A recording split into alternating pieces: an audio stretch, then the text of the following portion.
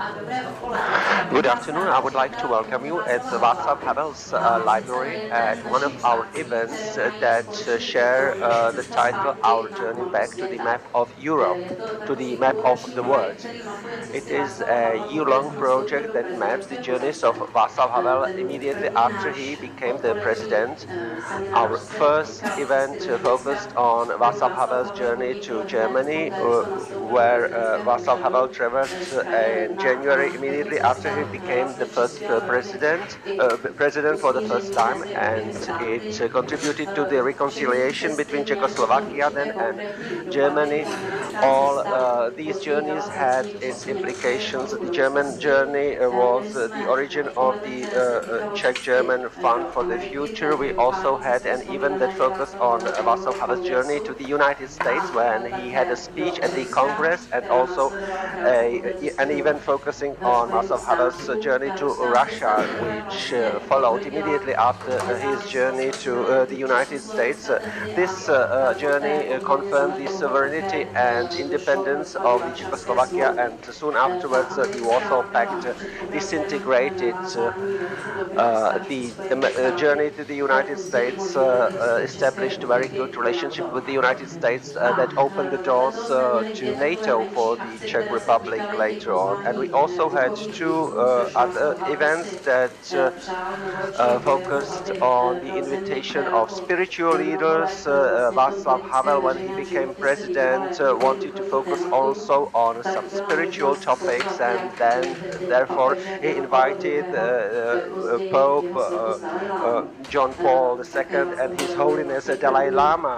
Václav Havel became the first head of state that accepted officially Dalai Lama. And today's event will focus on Václav Havel's journey to Israel. It is a very important journey in terms of the relationships between Czechoslovakia then and later Czech Republic with Israel, because this journey re-established diplomatic relationships with Israel. After the journey, negotiations, talks began about re-establishing the embassies in Israel and the Czech Republic or Czechoslovakia, and I'm glad that we received the support from the Israeli embassy for this event, and I'm glad that we were able to invite some very important guests, distinguished guests that participated in the re-establishment of the diplomatic relationships between Israel and Czechoslovakia. The event that will follow will focus on the Visegrad countries' collaboration. This event is scheduled for the 16th of May, so we will focus on that in our next event as a topic. Now I would like to welcome His Excellency Gary Koren, the Ambassador of the State of Israel, and he will say a few words to you. Thank you for the collaboration with the Israeli Embassy. Thank you, Martha. The good words. No, I'm too much.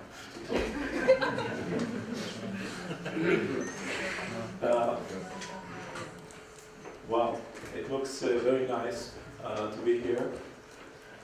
Thank you very much. Thank you very much, Marta Smolikova, dear Minister Jens Biel, dear Ambassador Zhentowski, Ambassador Poyer, Pavel Smutny, many other important guests who are here. Ladies and gentlemen, friends, priatelji. Approximately half a year ago, I started thinking about an appropriate way to express our immense gratitude to the Czech Republic for special, some may even say strategic relations with the State of Israel. One could perhaps also ask, after all the very successful high-level visits that took over the last year and a half, what more could you, Ambassador, possibly ask for? Prime Minister Sobotka came to Jerusalem accompanied by 7 Czech ministers for intergovernmental session last November. President Zeman visited Israel a year and a half ago. Speaker of the Knesset, Mr. Edelstein, visited Prague twice. And Ministers Zalwanek and Lieberman met last year 3 times. My response is that yes, it's all true, but it's also important to stop and to have a look back in order to understand the foundations of our relations in recent years, to examine the circumstances which made these relations so special, and to pay homage to those exceptional people who made it happen. In retrospective, the inception seems very clear and even obvious, but back then, 25 years ago, there was a need for someone to stand up and act. So in a meeting that took place here in Václav Havel's library about 5 months ago, the idea of forming a concept for this event that you are participating today was born. You just heard opening words of our amazing host, director of the library, Ms. Smolikova, and based on the information included in the invitation which brought you here, there is no need for me to elaborate so much right now. However, I would like to take the opportunity to honor the man who had a key role in the whole process, late President Václav Havel. He inspired dozens others who worked with him and around him, and it was him who energized them to move the process of re-establishment of the diplomatic relations between our two countries. In this context, of course, we consider his visit to Israel that took place exactly in the week of April, but 25 years ago, same week, to be historically significant. I heard today that he came with 2 airplanes, something like 150 people accompanied him. It should be also mentioned that Havel was a true and consistent friend of Israel, and in his last years he acted along with other world leaders to defend Israel against attempts to delegitimize the only state of the Jewish people.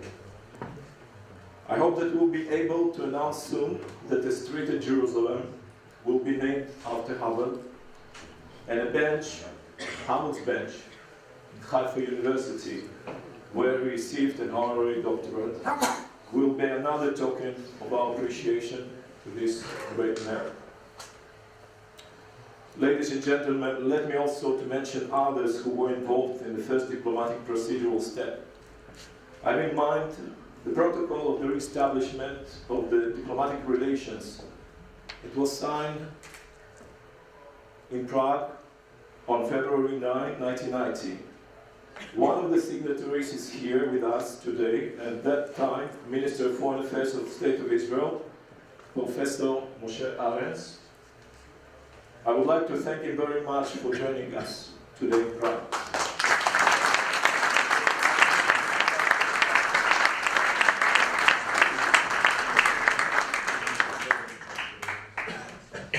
The next important person, his counterpart, Jiří Diansběl Sr., is unfortunately not with us anymore, but his son, Minister Jiří Diansběl, is here. We are very thankful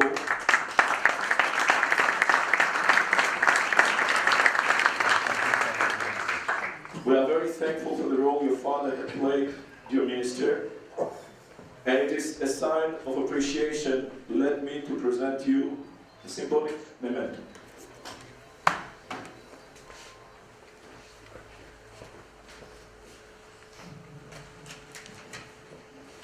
Take time to discover what is it.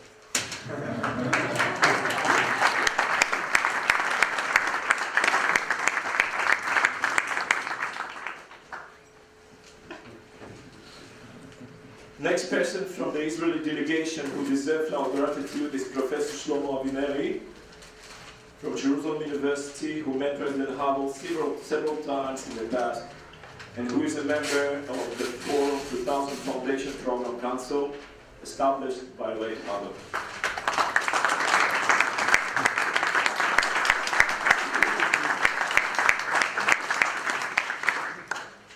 Ambassador Yoav Sher was Israel's first ambassador to Czechoslovakia after the Velvet Revolution, and the resumption of the diplomatic relations, he had many opportunities to meet Havel and wrote an excellent article about him titled Hatikva Returns to Multava, an Israeli journal of foreign affairs. This article served me well in my preparations before arrival to Prague.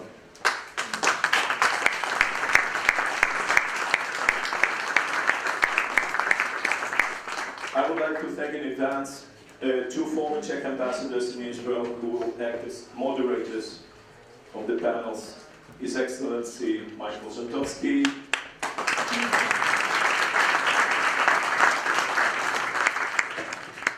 who accompanied Havel on his visit to Israel and a few months ago published a great book about him, so I heard. The other gentleman is Mr. Tomasz Poyer, Ambassador Poyer, who enjoyed the Israeli experience twice in his life. First time during the tenure of his late father, Miloš, was the first Czechoslovak ambassador in Israel, and second time as ambassador to Israel himself till very recently.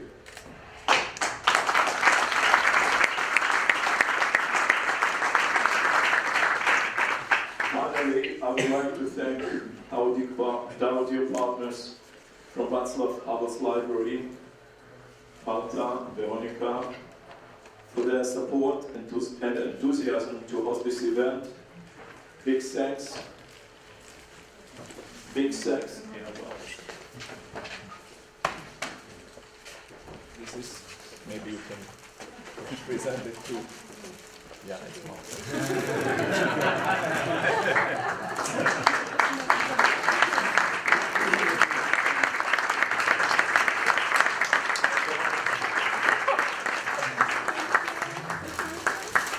Thank you so much.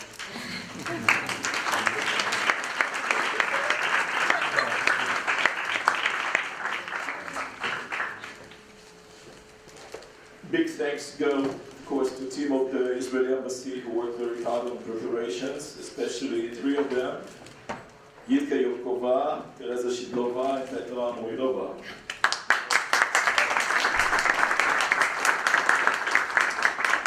To finish my long introduction on a cheerful note, and apologies for the security checks.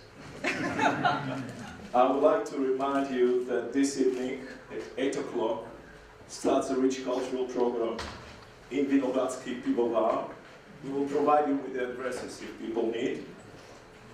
And all of you are most welcome to join us there in less official attire for a mug of Czech beer, good beer. So thank you very much and enjoy the program. And maybe we can show. I would like to invite Minister Diaz-Bill, and it's an opportunity also to show what kind of special. Good afternoon. I would like to thank His Excellency for this beautiful gift. This is a copy of the protocol on the re-establishment of the diplomatic relationship between the State of Israel and the Czechoslovak Socialist Republic. It is signed by my father and Mr. Arends, and this explains why I have the honor to have this speech here at the introduction of this event. I was not sure whether my role is to be a son or the minister of the present government, but this explains what is my role. We commemorate 25th anniversary of an important state visit to Israel. We also commemorate the 25th anniversary of the re-establishment of the diplomatic relationship with Israel. Basically, we are commemorating 25th anniversary very often this year, and this just shows how big were the changes that happened in Czechoslovakia 25 years ago. Until November 1989, we did not have freedom inside our country, but we were also not free to establish our relationships with other countries in the world. And the change that happened in November 1989 meant that we suddenly became a free, sovereign country, and as a result, we naturally re-established our good relationships with the State of Israel.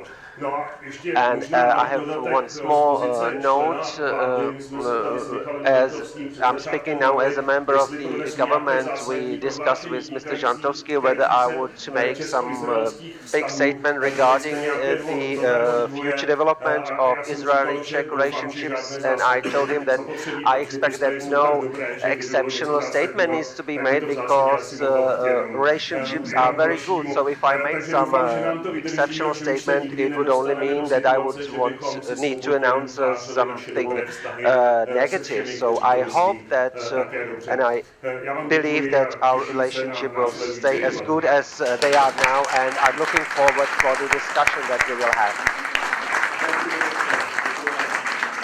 Before we start with the panels, we will show you a short video clip.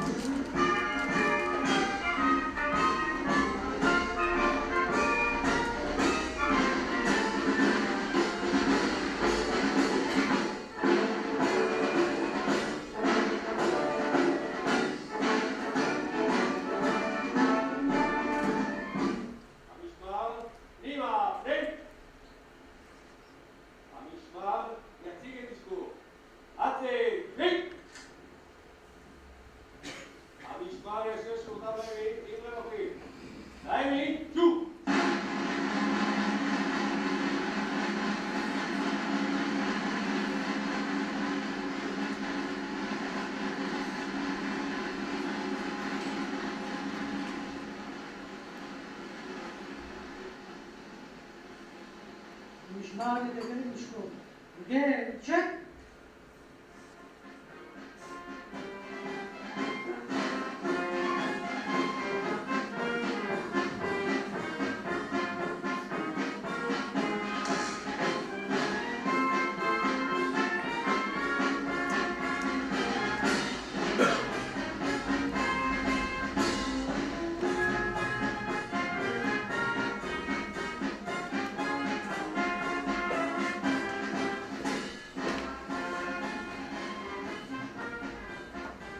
President, you are among friends.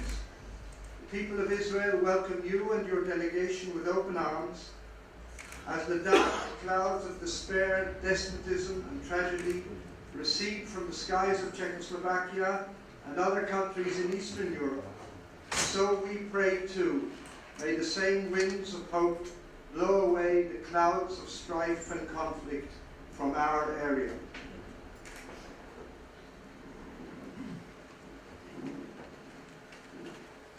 Pane prezidente, vážení přítomní.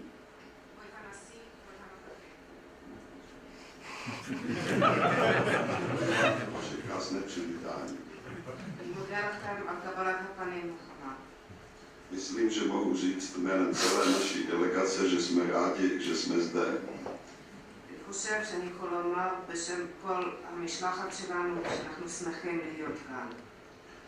Jsme zde jako představitelé nové demokratické moci v Československu. של הממשלה הדמוקרטית החדשה בצ'כוסלובקיה.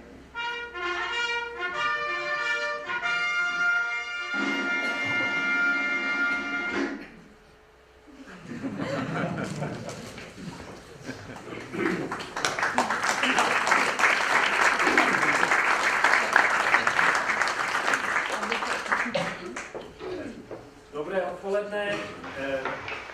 Good afternoon. I am very glad that we are among friends, as we were 25 years ago in the state of Israel. And all of this has already been said by my pre-speakers. There are 3 Czech Slovaks in this panel, and we've agreed to talk very informally. Hopefully our friends from Israel will not be disadvantaged by that, because they will speak English. Našim izraelským přátelům jsme my tři po izraelsku přišli jenom proto, the three of us we've come without ties, and as you can see, our friends from Israel wear ties. So we are not here because of ties, we are here to talk about the journey to Israel. At that time, we went through a range of chaotic events. We sometimes did not know what would happen next day, and this journey was quite exceptional for many reasons. These reasons are related to the past. It was the first journey after more than 20-year-long interruption of our cultural, literal, political and social links and contacts between our two states. Some of you may remember that the interruption that followed Six-Day War in 1967, which was followed by one-sided orientation towards the other part of the conflict, motivated the events of the Prague Spring in 1968. And this is why the process of re-establishing interrupted relations was so special.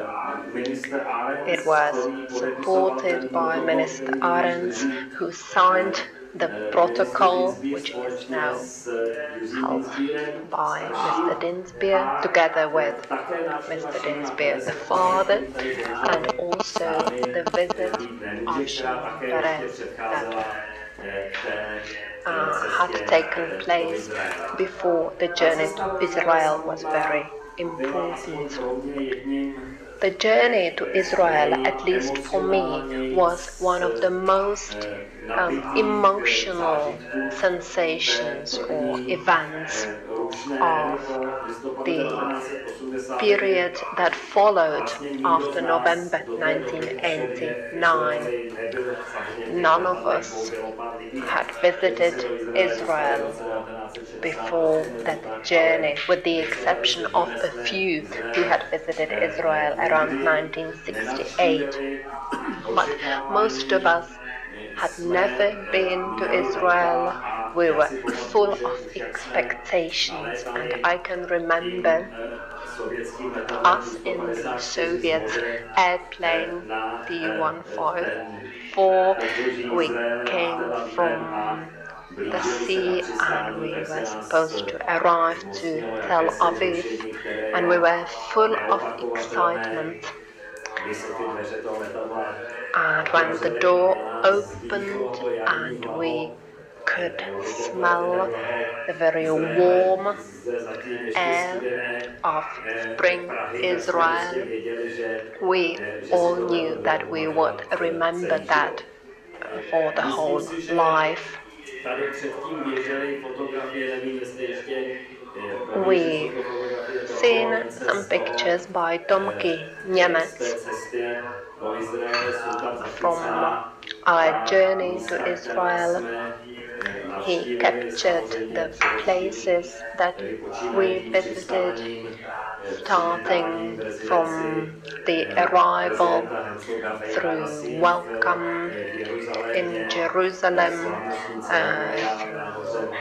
the ceremony at Mount Herzog, a visit to the Holocaust Museum, Yad Vashem and Yad Vashem Memorial, a lecture by Václav Havel at the Hebrew University, and then a flight by helicopter. It was a great experience for us.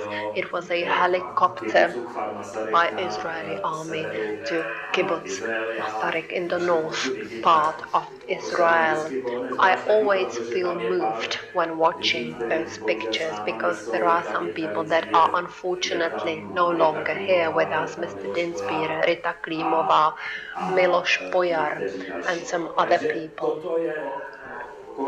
So, this was my brief introduction, and now I would like to pass the floor on to someone who played a key role in the re-establishment of our relations. It's Mr. Moshe Arens in Israel. He's called Misha, and he's one of the most elite Israeli diplomats. He was ambassador in the United States, he was Minister of Foreign Affairs and of Defense, and he supported re-establishment of our diplomatic relations.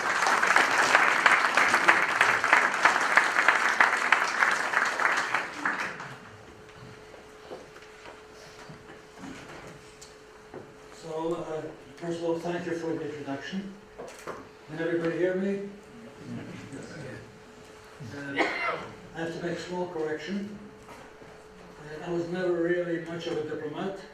I'm an aeronautical engineer by profession.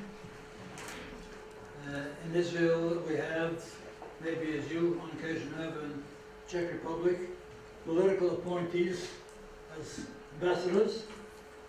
And so without any previous education in international relations or in law, I was appointed to be the ambassador in Washington. I was an amateur ambassador, really no more than that, for 1 year. And then I was called back to become defense minister. Now when we have coalitions in Israel like you have in the Czech Republic, but more complicated coalitions because our coalitions have 6, 7 different parties trying to work together. And I was a cabinet member in a national unity government that was led by Yitzhak Shamir. I was appointed the foreign minister in that government, even though I did not have diplomatic credentials. And so it was my good luck. My good luck that during my tenure as foreign minister, the Iron Wall came crumbling down. And so we received notifications that a number of what were referred to at the time as Soviet satellites, who had broken their relations with Israel after the Six-Day War, 23 years earlier in 1967, were eager to establish diplomatic relations with Israel. And so one of the first stops I made as foreign minister was here in Prague. And I had the honor of meeting the president, Václav Havel. It was, I'm sure, those of you who remember the time, a very emotional time here in Czechoslovakia at the time, and a very emotional time here in Prague. Your father, Mr. Dinspear, in an evening took me out to visit some of the pubs to give me a feeling of what was happening in Prague after the Velvet Revolution. And shortly thereafter, Václav Havel came to Israel on a visit. You've seen the film. I had the pleasure and the honor of meeting him at the airport, and you've seen that on the film as well. I saw him stepping off the airport, and the Israeli heat hitting him in the face. It was a very, very hot day. I already told the story on occasion that the first thing he said to me was, "Let's go to the beach." But I had to tell him that he could not go to the beach. He had appointments with the president, with the prime minister, and we had to go to Jerusalem. Mr. President Havel attended a state dinner in the house of the President Haim Herzog, and he received a lesson in coalition politics because it was just at the time when the National Unity Government coalition fell apart. And while we were at the dinner, everybody was guessing what was going to happen, and whether Mr. Shamir or Mr. Peres would be forming the next coalition. It turned out to be Mr. Shamir. As a result, I lost my job as foreign minister. Because Yitzhak Rabin, who was the defense minister, left his post, and I received a call from our Prime Minister, Yitzhak Shamir, and he said, "You are going to be the defense minister again." So I left the foreign ministry, finished with my diplomatic career, and I went back to the defense minister. So it was a real honor for me to have participated in this historic occasion of the renewal of diplomatic relations between Israel and Czechoslovakia at the time, and I've had the honor to meet Václav Havel personally here in Prague and also in Israel.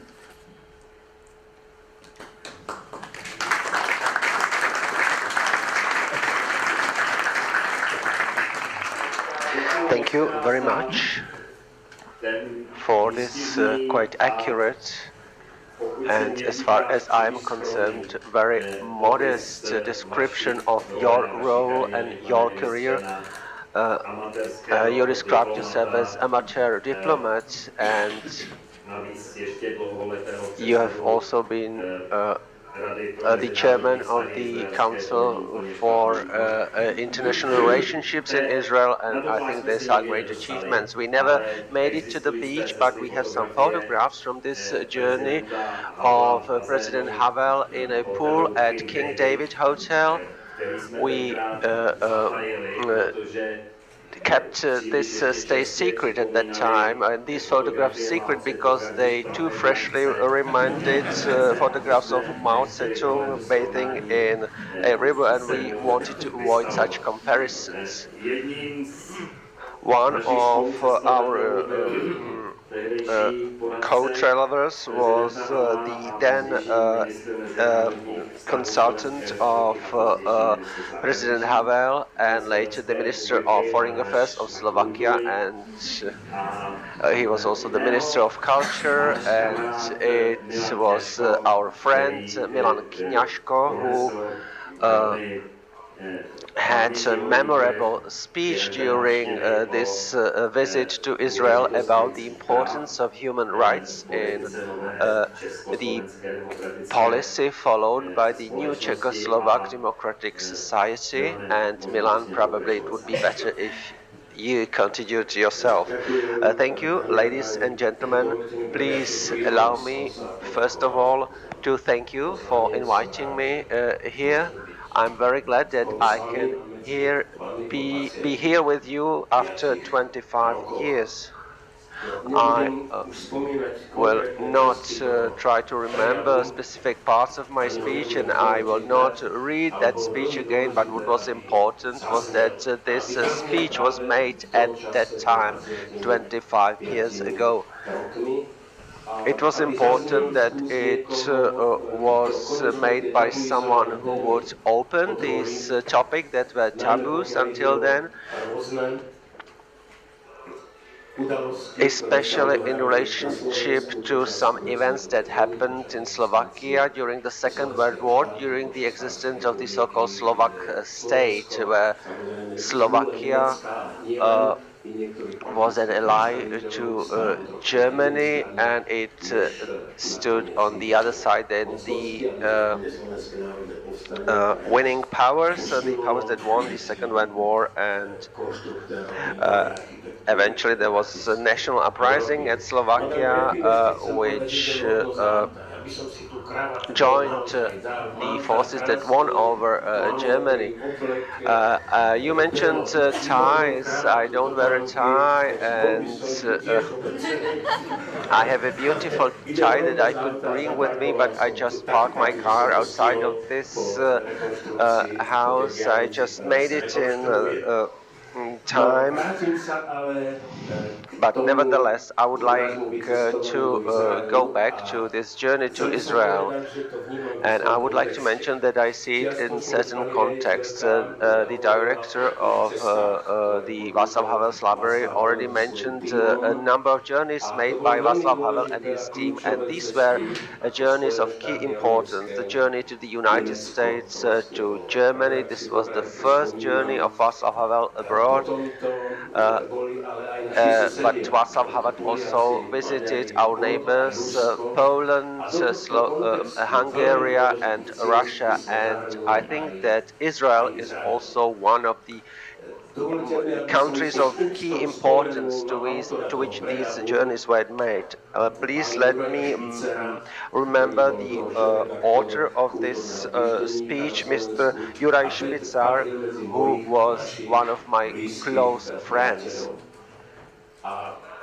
I am glad that we had the opportunity to express what we could not express due to the ideology of the communist regime, which was covered up by the ideology of the communist regime.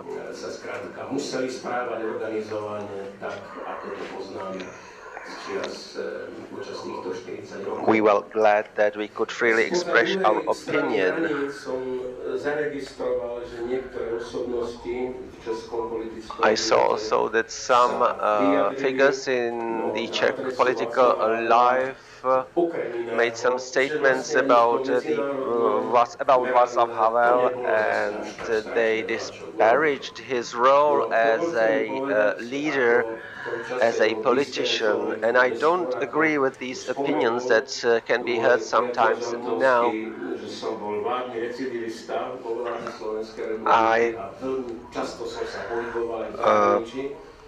can say, because I have very rich political experience, that none of the Czechoslovak presidents that were here before Václav Havel did so much abroad for the Czech Republic as Václav Havel did. And I do not want to continue on this topic because I do not want to touch the feelings of some people, and I don't want to interfere with internal matters of another country, because I'm from Slovak Republic, not from the Czech Republic. So this is what I wanted to mention. The first journeys, as I remember them, was something like when it reminded me of the situation where United States were formed, where new territories were discovered, and we felt like that in a certain sense, because the Velvet Revolution brought major changes that opened a new era of our international relationships, and we were also perceived this way. And this is the time that will, I think, never come back. There will never be the same conditions. I also hope that there will never be conditions that would make it necessary to make a revolution, and that would make it necessary to have figures again like Václav Havel. There was also a lot of things that happened between Slovakia and Israel over the 25 years, but probably I will remember just a few things that I know from personal experience. We often joined a museum in Oswiecim in 2001. Mr. Dostal was present there. At that time, I was the Minister of Culture of Slovak Republic. We also re-established in this year Mausoleum of Chatamar Sofer in Bratislava, and it is very important memorial. This was a recognized rabbi from the 18th century who lived in Bratislava, and at that time he had about 400 students, which was quite a big number, and that person is recognized, and his mausoleum has become frequently visited monument in Bratislava. I don't want to take much of your time, but I would like to remember just one story. When we went to Israel, we visited also kibbutz, and maybe some of you will remember that in the past when we smelled oranges, we could smell oranges. It was only in Christmas time, or it was the 1st of May, or you had your friends in the shop where they sold fruits and vegetables. And when we visited this kibbutz, I asked the person there, the director there, what they used to feed the cattle there, and he told me that 25% of what the cattle is feeded are oranges, and I couldn't believe that. I couldn't imagine that. Later, I visited Israel as the Minister of Culture, and I can just wrap up that Slovak Republic and the State of Israel have very good relationships. We have a Slovak-Israeli commercial chamber, which is very active, and also cultural relationships are flourishing. So thank you for giving me the opportunity to speak here. Thank you, Milan. I hope that we can use these fragments to put together a picture of what happened and how intense it was at that time. Everything was for the first time then. I'm not sure whether we realized that, but at that moment 25 years ago, but just like Tomáš Garrigue Masaryk was the first head of a state that visited British mandate Palestine in 1927. Also, Václav Havel was the first post-communist president that visited Israel at that time. I later had a small friendly conflict with my Polish colleague who said that Lech Wałęsa, of course, was the first post-communist president who visited Israel, but I had to tell her that Lech Wałęsa was not even a president when Václav Havel visited Israel. And one of the first include also the first Israeli ambassador in Czechoslovakia after re-establishment of diplomatic relationships, our friend Joel Scher, who is a very experienced diplomat and also the expert on Czech culture, on Czech Jewish painting and many other things. Thank you. I want to tell you first how glad I am to meet here again so many good old French ambassadors to Israel. Maybe you remember that I gave you a send off to Washington, which was the best preparation you could have before coming to Tel Aviv. Minister for not for Foreign Affairs, for Foreign Relations of Slovak government, Mieszko, who is the first person I met when I came to Bratislava during the Gulf War, and the scouts were falling on Tel Aviv. It was a very dramatic situation, but I have really good memories from our meetings in Bratislava at the time. Ambassador David Schneider and Danny Kovelman, also very good friends, and Elena Pojarova here, of course, and Tomáš. And I really want to thank both Ambassador Garrigue and the Havel Library for this initiative to bring all of us here together today.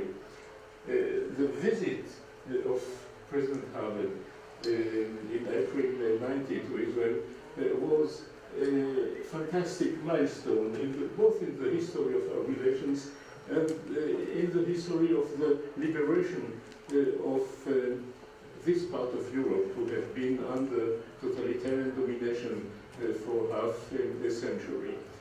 Visits such as this one are milestones in the history of our friendly relations between our two people, and I would like to mention three others. First of all, everybody knows about visit of President Masaryk in 1927 to then Palestine, but to the Jewish community, to the kibbutzim, and to the state which was to be born 20 years later. This is the first milestone. He was the first foreign head of state to visit the Jewish community in Palestine at the time. A second visit of great importance was of a Czechoslovak diplomat, Karel Lisicki, who was ambassador to the United Nations, and he was a member of UNSCOP, which was the United Nations committee in charge of preparing some proposal to solve the problem, Palestinian problem at the time, 46, 47, and he was deputy chairman of that commission. He has a very important role in presenting the partition plan to the approval of the General Assembly of the United Nations, which was voted on 29th of November 47, leading to the creation of the State of Israel. The third visitor with tremendous importance was then Major Sokol, who later became General Sokol.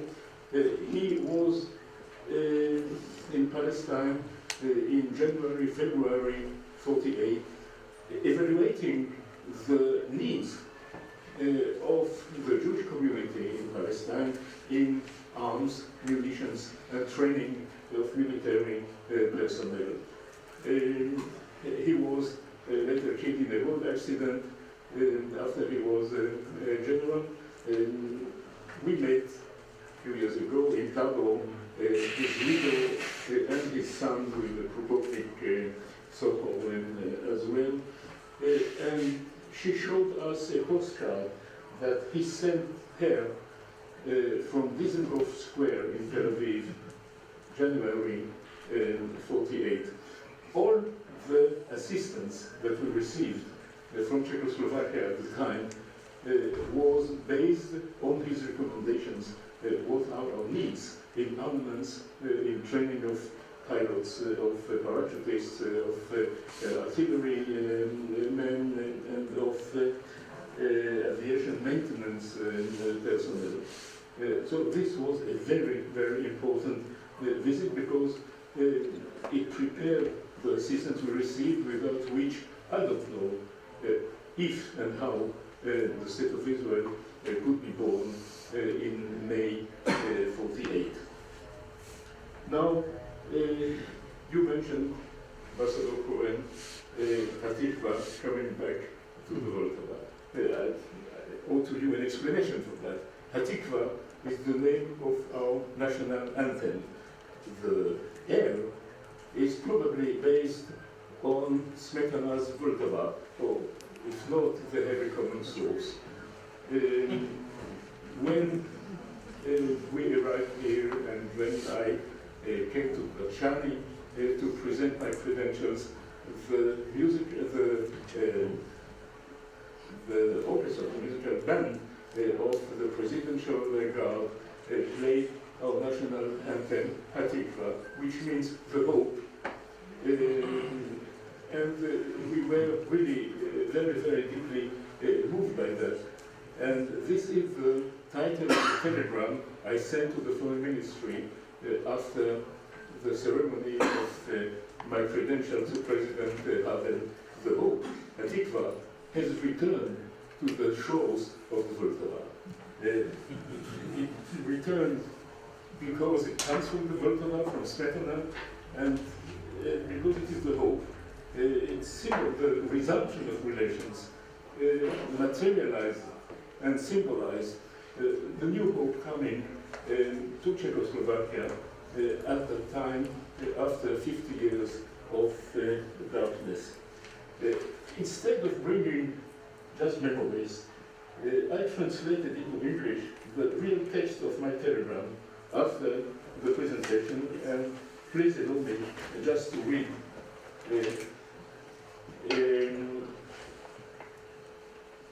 Well, the title is Hatikva, the hope came back to the shores of the Vltava. On the 27th of November 1990, at 4 p.m., I presented my credentials to President Havel at the Prague castle. Tens of curious onlookers crowded at the gates and listened to the national anthem played by the orchestra of the Presidential Guard, which caused all of us an emotional storm. In the throne hall were Foreign Minister Rainsberg, Schwarzenberg, who greeted me shalom in Hebrew, and by the way, he almost broke my hand. Vondra, Botalik, and members of the presidential cabinet. I presented my credentials to the President as the first ambassador of the State of Israel to the Federal Czech and Slovak Republic. After the ceremony, we had a friendly conversation in Borget Hall, attending Schwarzenberg, Vondra, and Botalik, who took notes. The President opened in Czech with welcome words, recalling that in his first speech to the nation, he announced his decision to resume relations between our countries without having consulted anybody. And now the process is accomplished. He evoked with great praise his visit to Israel in April and the warm welcome he received, and expressed the hope of an early reciprocal visit of President Herzog to Czechoslovakia. He then asked how long I had been staying in Prague. Well, 2 days. If we already were acclimated and found a resident place. I answered in English, no interpretation needed, transmitted the good wishes of the President, Prime Minister, and Government Ministers, and expressed my deep appreciation for the dramatic turning point which brought to the renewed expression of the old and traditional friendship between our two nations. I added that his visit to Israel had been a festival. We now had to bridge over the long years of broken ties and fill up all what we missed. In the few hours since our arrival, we managed just to go and see the place of our old previous legation in Voshitska, just next to here, to Václavské náměstí to pay a tribute to the memory of Jan Palach, and to receive the bitter news of Dr. Galski's death, president of the Jewish community, the day before. Because of that, I had decided to postpone the inauguration of our new embassy premises. The President remarked that near the old legation was a house which belonged to his uncle and was confiscated by the authorities, and expressed his own deep sorrow for the death of Dr. Galski, who had accompanied him on his visit to Israel. He then asked about our evaluation of the situation in the Gulf. I described at length the Iraqi threat, which will continue to endanger us even if a solution is found for the Kuwaiti crisis without a war, which is very doubtful. In Prague, there is no need to explain the significance of a firm attitude toward aggression and opposition to appeasement. I further exposed the peace process and the necessity to accompany the procedures between Israel and Palestinian Arabs with, in parallel, a process of recognition and acceptation by the other Arab states following the peace achieved with Egypt. The President all the time nodded to show he understood what I said, and maybe he even agreed to it. The President was very nice and charming, as he always is, probably, but smoked like a locomotive.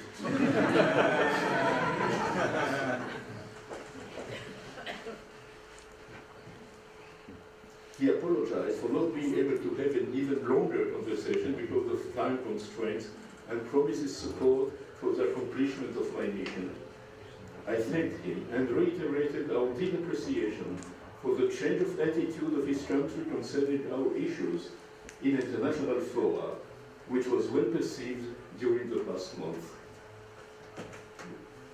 But this was written the day later, and this is really not memories, but how it was perceived the day it happened.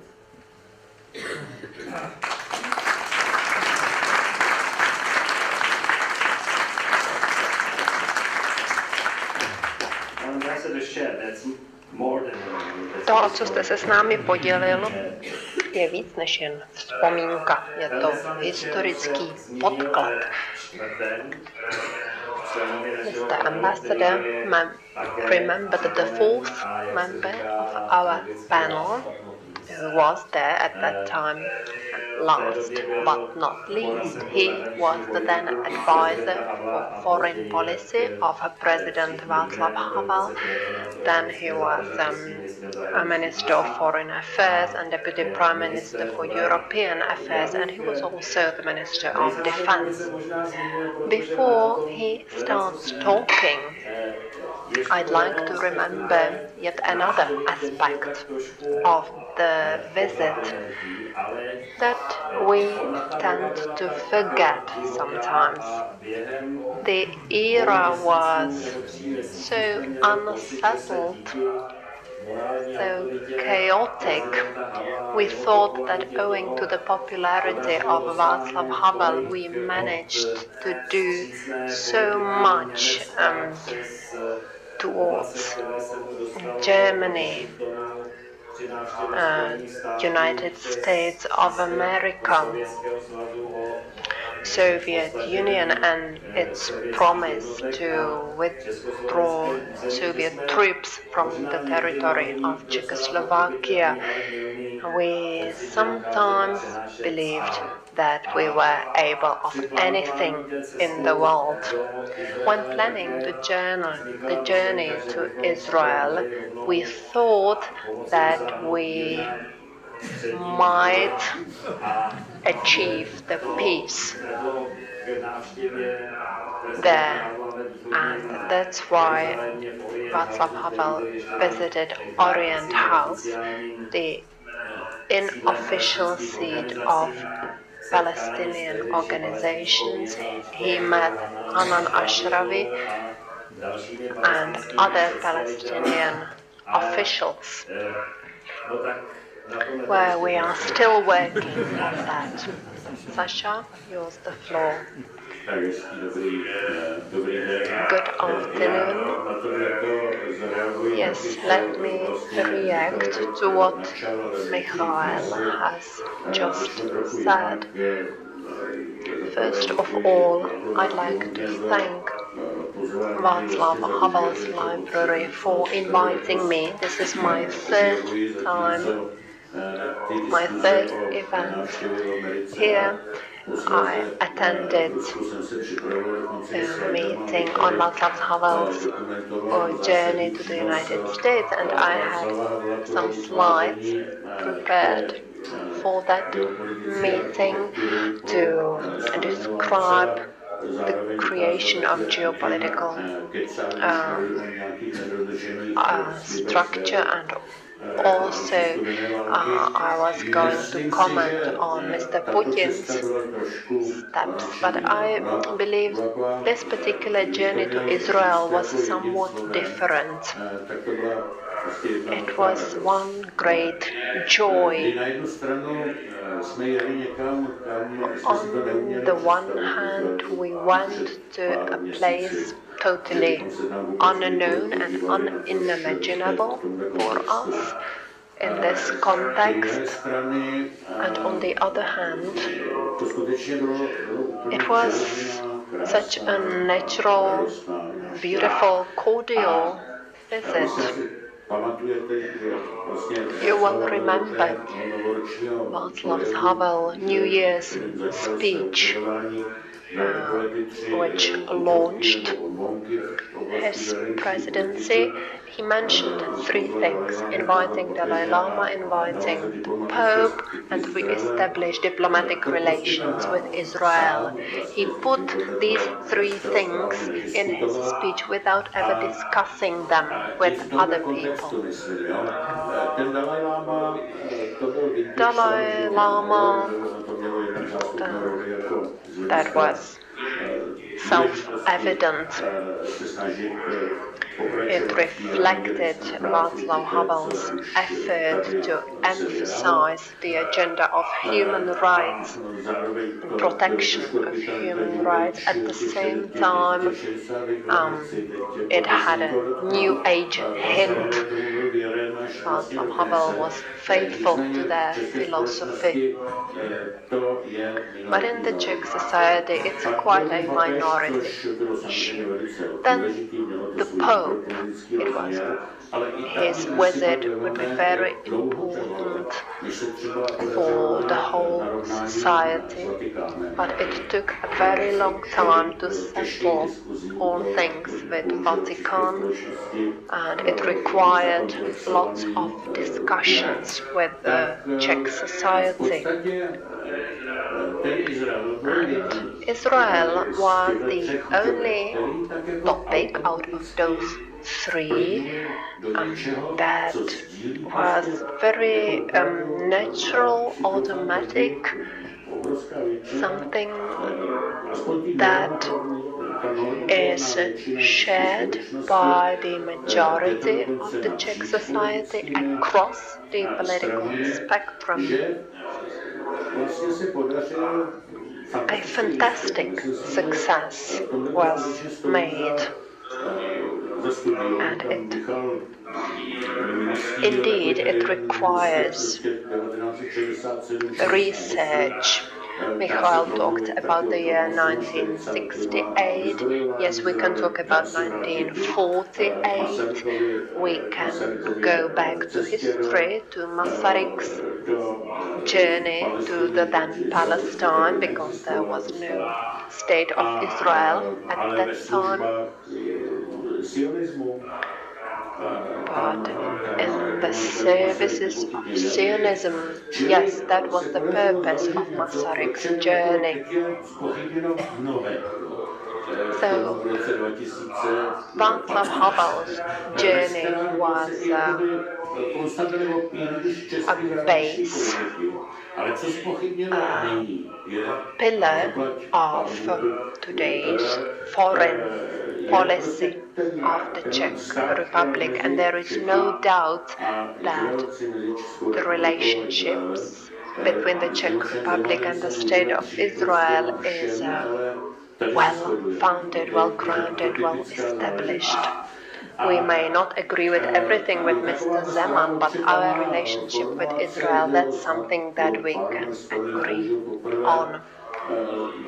There is one quotation that is often repeated by Mr. Kissinger and other politicians, that states, countries have no friends, that they have interests. But I believe Prague-Jerusalem, Prague-Tel Aviv relationship is different. I believe it's a friendly relationship. I view Israelis as my friends, and I do not expect anything to be given to me. Obviously, we haven't got anything directly for our friendship, but at the same time, when I arrive to Israel, I feel good. I feel like home. And perhaps it would be worth researching, studying, writing an essay. Mikhail has said that we should not remain with friendship, with pure joy, Václav Havel, and all of us obviously thought about the purpose of the visit. Everything was possible, nothing was impossible. After the end of the Cold War, we obviously considered the possibility of a longer-term peace in the Middle East. And Václav Havel obviously wanted to contribute to that. We were inexperienced amateurs in that activity. We obviously announced this purpose of our visit to the whole world, so it was a signal for everyone else to start doing the same thing, but in a more professional way. The Norwegian link activity took place throughout the year when Václav Havel wanted it to take place with the Czechoslovakia. There was a plan that the presidential delegation would not only visit Israel, would not only visit the Orient House, where we met Mrs. Ashravi, Rakat, and other people present, but at the same time we thought that we would, or that Mr. Havel could visit Egypt as if to bridge these two countries. The preparatory team consisting of security officials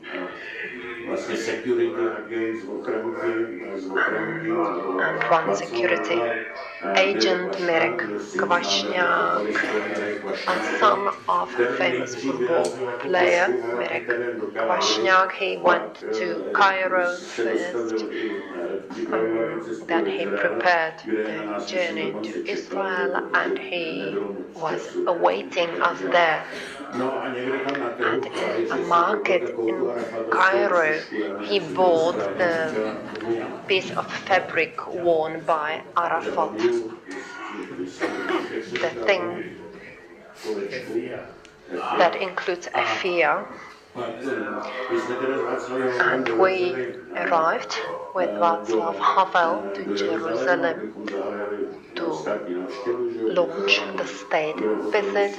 We were accommodated in the King David Hotel, destroyed in 1947-8, and Mirek Kvasniak did something very revolutionary. Am I supposed to say what happened? Yes, he wore that piece of fabric and went to Havel's room and crying Intifada. He entered Václav Havel's room and he almost died because we were guarded by Mossad agents. So as you can remember, that such jokes could be dangerous, so it was a good thing for us to focus purely on the relationship between Czechoslovakia and the State of Israel. Thank you for this highly personal memoir. It was one of the moments of the visit that we can remember. They shared the rooms, Mirek entered the room through one door. Havel got angry and pushed him outside to the corridor, which was full of those agents. So it was quite a moment. I'd like to thank all of my panelists for being so punctual, so we still have some 25 minutes for our Q&A session, and we can start over there. Já bych ráda připomněla jeden...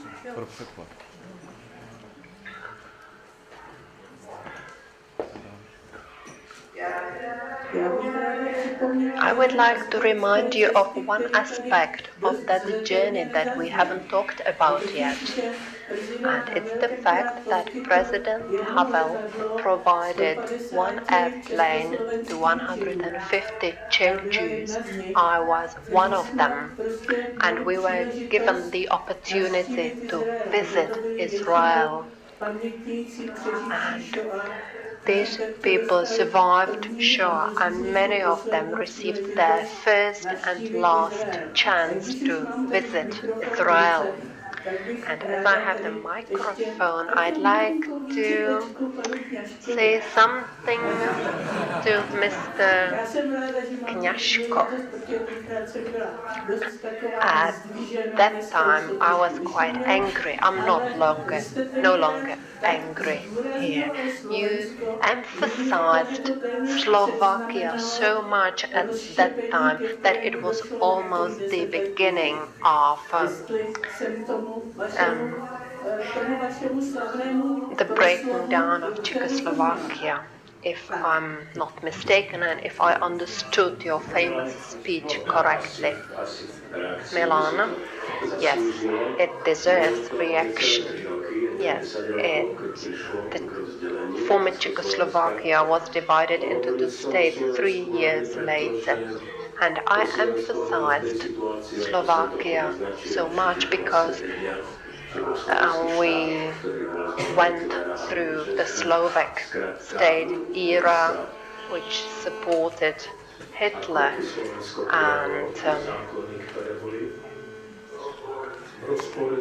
the Slovak state adopted legislation that breached human rights. There were deportations that we had to apologize for, but at the same time there were people who saved Jews, who were hiding Jews, who saved their lives, and there were many of them. And that today Slovakia is a country that has good relationships with Israel.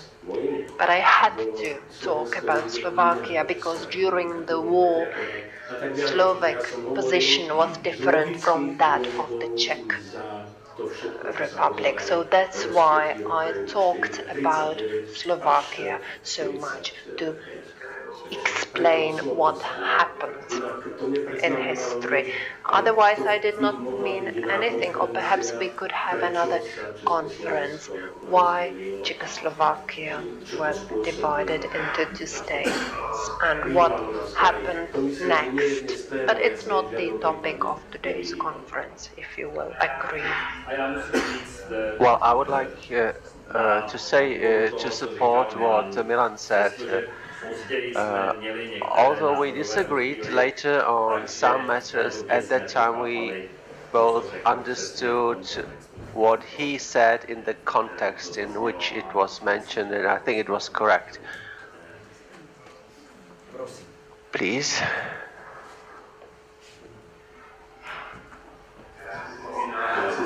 I remember that when you arrived to Israel, I already lived there for more than 15 years, and I was so surprised that it took so long to re-establish the relationships.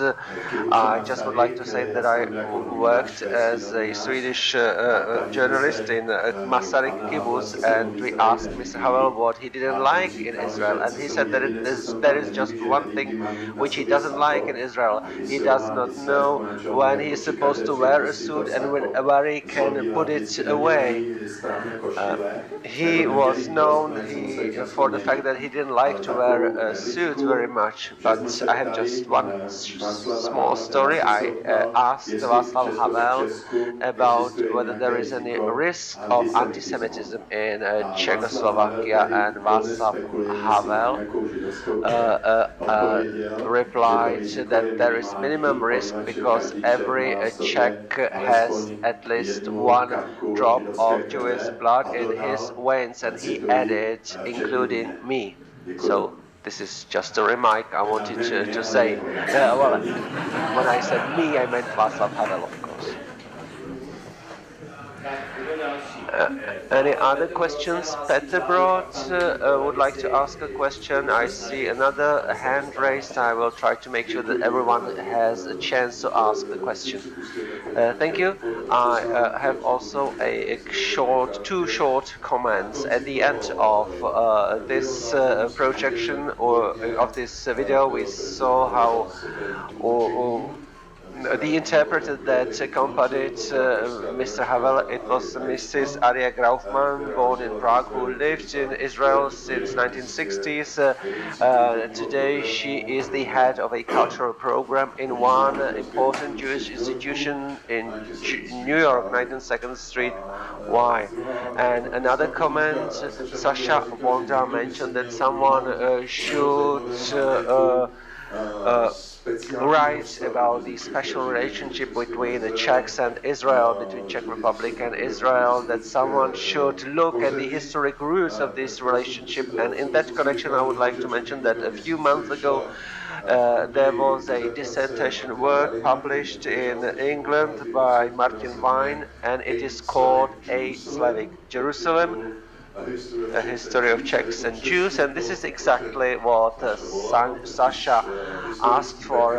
It describes the historic background of this special relationship between our two nations. Thank you, Peter, for this information, and also for mentioning Hanna Geifmanova, who really played not only a role of an interpreter during the journey, but she also was a guide to us because, as opposed to the rest of the delegation, she knew Israel.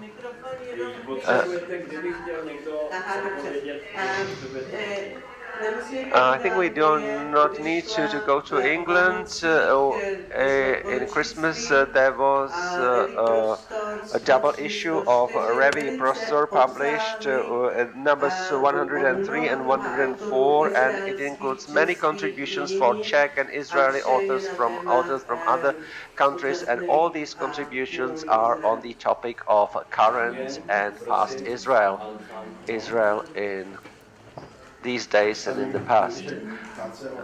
Kacel, Stanik Janishek, I have two questions. One is sort of funny question and one is meant seriously. The first question, how much did you drink during the journey? If I may ask, this is my first question. Of course, I mean alcohol, spirit. And the other question, we have very good relationship. So we have made a lot of good things over these 25 years, and shouldn't we, for the future, focus more on increasing or strengthening the security of the State of Israel, because Islamic State is nearby, there's a great danger from that side. So shouldn't we, Europe, all European countries, focus more on strengthening the security of Israel? So these were two questions. The first question, maybe some of my colleagues will help me with the answer, but the answer is quite simple to this question. We, our team around President Havel, never claimed that we are abstinent, but Israel is not really a good country for drinking alcohol because of the climate there. The climate is different than in the Czech Republic, and strong spirits are not used there at all. Israeli wine, of course, is excellent. It is one of the one of the Israeli secrets because it is not very well known around the world. But I must say that we were quite disciplined during all our journey. And regarding your second question, I think that we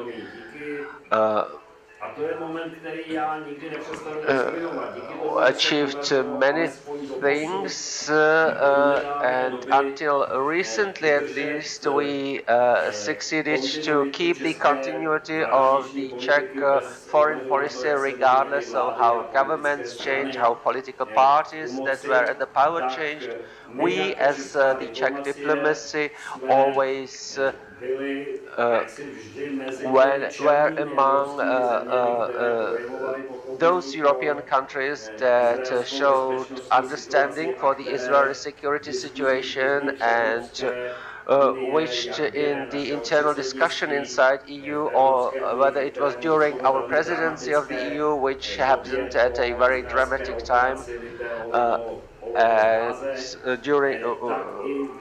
and also in other times, we were consistent in our attitudes. We showed understanding for the Israeli interests, and this is reflected also in the practical collaboration between both countries regarding the sharing of intelligence information and other areas of which, of course, I cannot provide more details.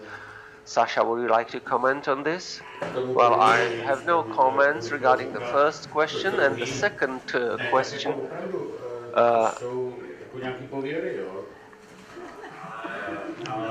Really, I do not need to comment on the first question because we really did not drink much during that journey. We worked very hard. And regarding your second question, the relationship of the or attitude of the European Union towards Israel is problematic. I have to admit that. We have to admit that.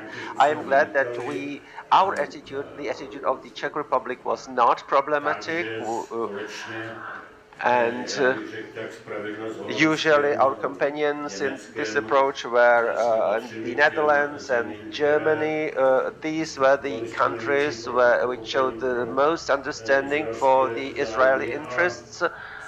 And we ourselves, of course, cannot achieve great things. We cannot achieve much. But of course, it can always help, even if we were to promote something, to show our support to Israel with Micronesia or any other state. It still has some validity, but nowadays it has become quite problematic because Obama's administration does not follow the policy that the previous presidents followed. But I think that the Czech Republic, its attitude stays consistent, and I believe that it will continue to be consistent. And I would like to appeal here, especially on Mr. Dinsby here, because we know the older generation of politicians and their attitudes,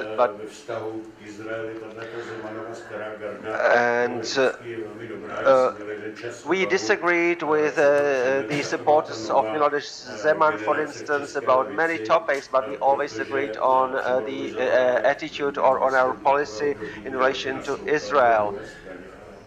I do not know what is the situation among a younger generation of politicians, but I believe that our attitude will stay consistent because it has a value in itself. Maybe I would just add on the subject, yet the Israeli point of view. Some of us in Israel get the impression that there are members in the European Union and maybe some of the bureaucrats in Brussels who believe that they know better than Israel what is good for the security of Israel. And that is a disappointment to us. Tomáši? Thank you. Well, it was not mentioned here, but so I would like to mention it here. Why some of us were present at these two planes that traveled to Israel after 1948, or maybe even after 1938. There was an informal association of Jews from Czechoslovakia formed that met very irregularly, and by chance, by coincidence, they planned their regular meeting for April 1990. Nobody knew at that time when it was planned that there would be a velvet revolution in the Czechoslovakia. These were simply Czech Jews that wanted to come together to meet, and it happened that they met, and they also met with the newly elected president of the Czechoslovak Socialist Republic, Mr. Václav Havel. And it was, as it was mentioned here, many people aboard these two planes saw for the first time also their relatives after tens of years. So this was very emotional, and Michael also mentioned how we saw the seashore when we arrived to Tel Aviv, and we all had tears in our eyes, and we landed, and maybe some of you will remember Andrei Erney, who was there with us, and he has black skin, so he was immediately pulled out by the security guards and investigated what are his intentions, why is he coming. But this was just some of my memories from that time, just to provide to put the facts straight. The official name of our country at that time was Czech and Slovak Federative Republic, because we had those what we call a hyphen word about the name of our country before we split with Slovakia. Zbigněk Karant, Middle East Studies University in Pilsen. I would like to ask you about the attempt of the delegation to meet also with the other side, with the Arabic side.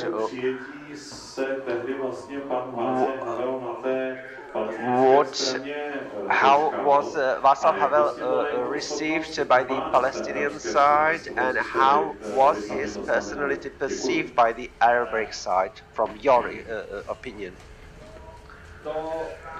Well, this meeting was very welcoming, very open, very informal, and the relationships that were established with Mrs. Ashrawi and with others that were present there, with Hari Nuseibeh, well-known Palestinian intellectual, and the Dean Rector of the Palestinian University.